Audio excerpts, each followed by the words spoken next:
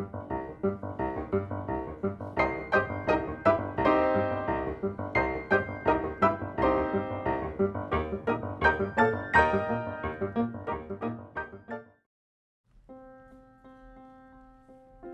think the title really says it all, that the pieces are conversational in intention, and in the same way that you're having a completely unstructured conversation with somebody and thoughts will stray from how you're feeling, what's the weather like, and hey, I've never been in this part of the Royal Academy before, and things like that, to big issues. And, then after tiring the big issues, onto something else. I think for me it's to do with shared spaces. When performers are all in the same space together, whatever they're doing, in a way there's an integrity to the actual space. So how we hold the space between us as musicians and dancers is a shared experience.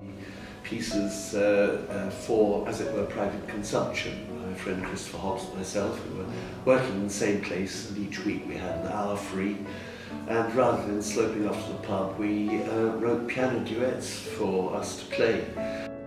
That was the origin of the piece. They weren't actually meant for public performance at all. It's just my extremely good luck that these two wonderful pianists came across my music and decided to dignify it with their attention. I just played it in the Reform Club in Pall Mall, so that was where I heard it first. We were fascinated from the beginning of the piece, but we couldn't figure it out. I remember you saying, "What's this about?" What is this? These duets were an act of rebellion against my fellow minimalists. Write tunes about something. What these were about were, I suppose, a sense of wry amusement and other music. The things about this set of pieces is your instruction about exaggeration.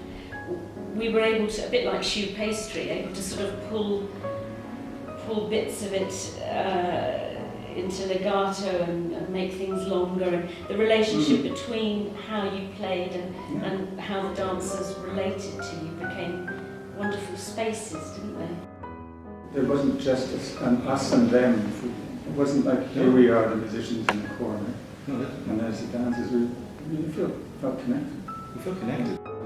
Both Bobby and I experienced what it's like to be massaged by 20 dancers and then gradually lifted in the air and transported around the room and then bounced like a baby. It was really fantastic, I have to say.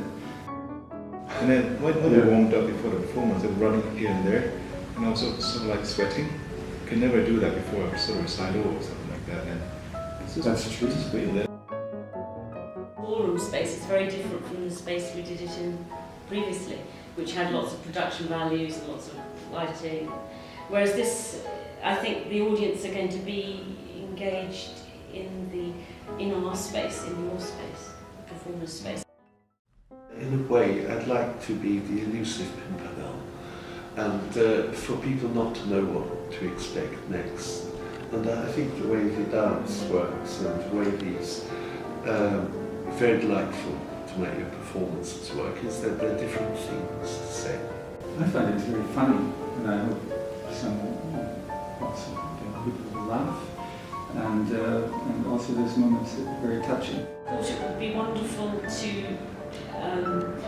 work in a space where the audience were part of the work, so that they're not cut off, that the proximity is tight and intimate in bringing everything together and seeing what develops. And indeed, we don't know what is going to develop this time, because until you've tried things out, you don't know.